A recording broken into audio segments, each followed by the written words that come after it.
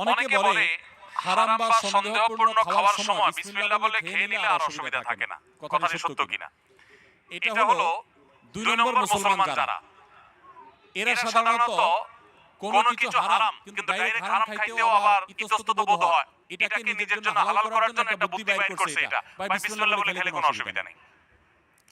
অনেক ডায়াবেটিসের রোগী আছে, তার জন্য মিষ্টি খাওয়া নিষেধ, কিন্তু সে এটা খাওয়াকে হালাল করার জন্য এই মাসালা বাইর করে বলে আরে বিসমিল্লাহ বলে খেলে কিছু হয় না। তো এগুলো সবগুলো মন গড়া ফতোয়া এবং এগুলো মোটেও সঠিক কোনো কথা নয়। যেটা হারাম সেটা বিসমিল্লাহ বলে খাইলে শুধু হারাম হবে না, হারাম ডাবল হবে আরো। কারণ আপনি একে তো হারামে লিপ্ত হলেন, আবার আল্লাহর নাম নিয়ে সেখানে ফাইজলামতি করলেন, এক ধরনের আল্লাহর প্রতি বিদ্রোহ করলেন, এক ধরনের হারামকে হালাল মনে করলেন। হারামকে হালাল মনে করলে ঈমান নিয়ে টানাটানি শুরু হবে। এইজন্য ভাই কোন কিছু সন্দেহপূর্ণ মনে হলে ওটা অ্যাভয়েড করতে হবে এবং হালালের দিকে যেতে হবে। নবী সাল্লাল্লাহু আলাইহি ওয়াসাল্লাম বলেছেন, দামা ইউরিবুকা ইলা মা লা ইউরিবুক, তোমার যেটা সন্দেহ হয় ওটা বাদ দিয়ে যেটা সন্দেহ হয় না সেই জায়গায় তোমাকে যেতে হবে। স্বামী স্ত্রী দুজনেই যদি জান্নাতে যায় তাহলে তারা কি এক জান্নাতে থাকবে নাকি আলাদা জান্নাতে থাকবে?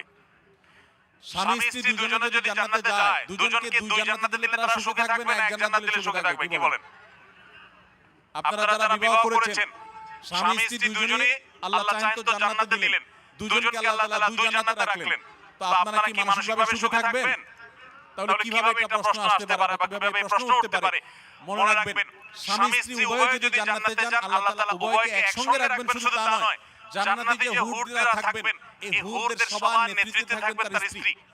এখন আপনি বলবেন যে অনেক মহিলা আমাদের কাছে প্রশ্ন করে লিখে দেয়। একবার এক মহিলা লিখেছিলেন যে ভাই এমন একটা আমল শিখিয়ে দেন যে আমলটা করলে আমার স্বামী জান্নাতে আর যা পাক হুর অন্তত পাবে না। তো আমি উত্তরে বলেছি, দেখুন বোন, দুনিয়াতে যেরকম সতীনের প্রতি একটা দুঃখ, কষ্ট, জেদ, ক্ষোভ এটা থাকে, পৃথিবীর সব মেয়েদেরই থাকে। আল্লাহ এভাবে সৃষ্টি করেছেন, কেউ আসলে শেয়ার করতে চায় না, স্বাভাবিক। তবে জান্নাতে মানসিকতাটা এরকম থাকবে না। আল্লাহ তাআলা বলেছেন, ওয়ানাযা'না মা ফি সুদুরিহিম মিন গিল, জান্নাতে অন্তরে যত হিংসা হাসাদ এগুলো সব আল্লাহ তাআলা বের করে দিবেন, রিফাইন হয়ে যাবে। আপনার এখন মনে হচ্ছে যে আমি কিভাবে এটা সহ্য করব, সেখানে আপনার কাছে এটা কোনো বিষয় মনে হবে না। আর মনে রাখবেন, মূল স্ত্রীর মর্যাদা আপনার থাকবে, তাদের সেই মর্যাদা থাকবে না।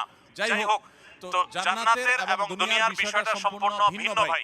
আমরা অনেকে জান্নাতকে দুনিয়ার সাথে তুলনা করি। এক লোক তিনি ধূমপান করেন, তিনি বলেন যে ভাই জান্নাতে তো যা চাবে আল্লাহ তাই দিবে, তো আমি তো বিড়ি ছাড়া থাকতে পারি না, জান্নাতে কি আল্লাহর কাছে এটা চাইলে আল্লাহ দিবে কিনা? তো আমার উত্তর হলো, আপনার এই যে বিড়ি বা ধূমপান করার যে সিগারেট পান করার যে আপনার বদঅভ্যাস আছে, এই কুরুচি জান্নাতে থাকবে না ইনশাআল্লাহ। আপনার এই কুরুচিটা কি হয়ে যাবে? চেঞ্জ হয়ে যাবে ইনশাআল্লাহ।